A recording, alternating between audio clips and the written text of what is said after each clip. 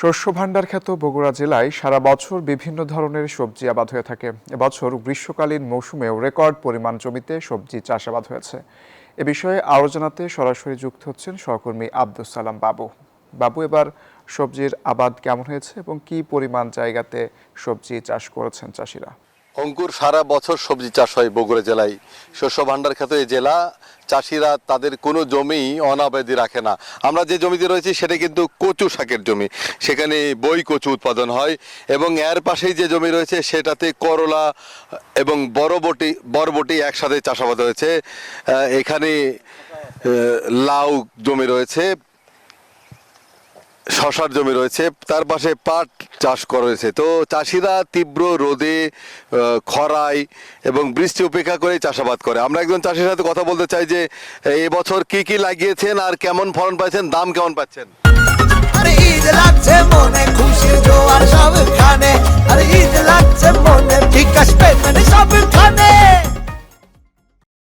ধান আপনি ভালোই পাইছি, আপনি এবারে খুব ভালো, ইনশাল্লাহ খুব ভালো। শশাও বেচছি আপনি 1600 টাকা 1800 টাকা মন পাচ্ছি, খুব ভালো ফসল পাইছি আপনি এবারে। এখন কি কি ফসল আছে? এখন আছে আপনি শশা আছে, কল্যা আছে, বটবটি কালাই আছে, কচু আছে আপনার, এ আছে, আর পাটা আছে আপনার, পাটও আছে আপনার, এই ফসল আছে আপনার।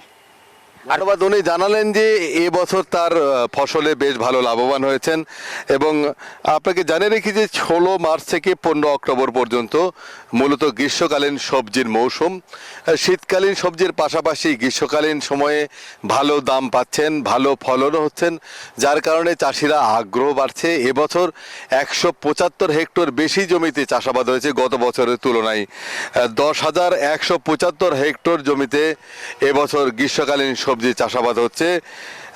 পটল, বেগুন, মূলা, ঢেঁড়স, করলা, শশা সহ বিভিন্ন ধরনের সবজি চাষ হয়। এর পাশাপাশি কচু সহ লাল শাক, মূলা শাক চাষাবাদ হচ্ছে। আরেকটি বিষয় জানিয়ে রেখি যে প্রতি বছরই ফুলকপি এবং মূলা আমরা শীতকালীন সবজি জানলেও এবছর কিন্তু ফুলকপি, মূলা গ্রীষ্মকালীন সবজি হিসেবে চাষাবাদ হচ্ছে এবং মোটামুটি বাজারে ভালো দাম পাচ্ছে চাষিরা।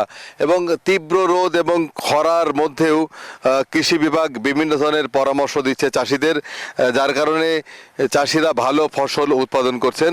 আপনাকে আগেই জানিয়ে রেখি যে এই মৌসুমে 10,175 হেক্টর জমি থেকে 1,91,000 মেট্রিক টন সবজি উৎপাদন হবে এবং গত বছরের চেয়ে বেশি জমিতে চাষাবাদ হচ্ছে। যেহেতু চাষিরা বেশ ভালো ফলন পাচ্ছেন এবং ভালো দাম পাচ্ছেন বাজারে, যার কারণে তাদের চাষাবাদের আগ্রহ বেশ বেড়েই চলেছে।